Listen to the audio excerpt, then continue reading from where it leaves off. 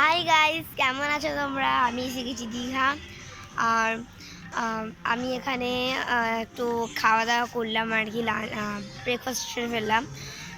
এখন আমি গাছের তলায় বসে আছি আর তোমাদের সব জায়গাটা ঘুরিয়ে দেখাবো, কারণ আমার দীঘা আজকে লাস্ট ডে। তো আমি তোমাদের সব জায়গাটা ঘুরিয়ে দেখাবো। Let's go. ফার্স্টেই আমি চলেছি সি বিচে তোমাদের সাথে গোটাটা শেয়ার করবো বলে। চলো দেখাই। ফার্স্টে স্ট্রেচটা দেখিয়ে দিই, অনেকেই মিস করে স্ট্রেচটা, সো প্লিজ দেখিয়ে দিই। দীঘার এই স্ট্রেচটা কিন্তু জাস্ট অসম। সো তোমরা এই মুহূর্তে জানতে চাইছো আমি এখন কোন জায়গায় ঠিক আছি। সো আমি এখন যাচ্ছি পার্কের দিকে, চলো যাওয়া যাক।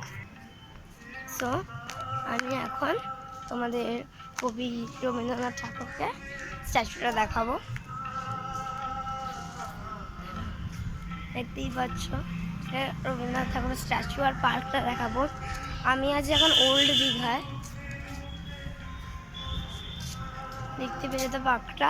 এবারে আমি যাব স্ট্যাচুগুলোর দিকে, যেখানে স্ট্যাচুগুলো আর কি হয়েছে। সো সেই স্ট্যাচুগুলোর দিকে যাব।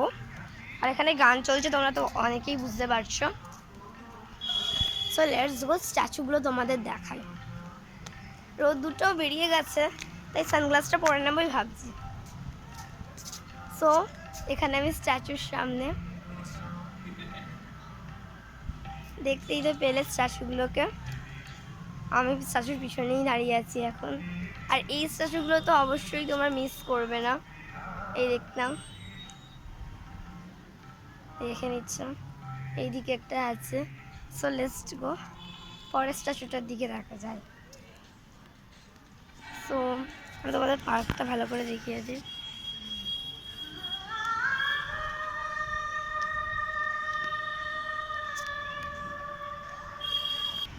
সো আমি চলে যাচ্ছি এখন সেই স্ট্যাচুর দিকে, যে স্ট্যাচুটা জাস্ট আমেজিং। আর এটা কিন্তু ওল্ড দীঘা, তোমরা কিন্তু ওল্ড দীঘা আসতে একদম মিস করবে না।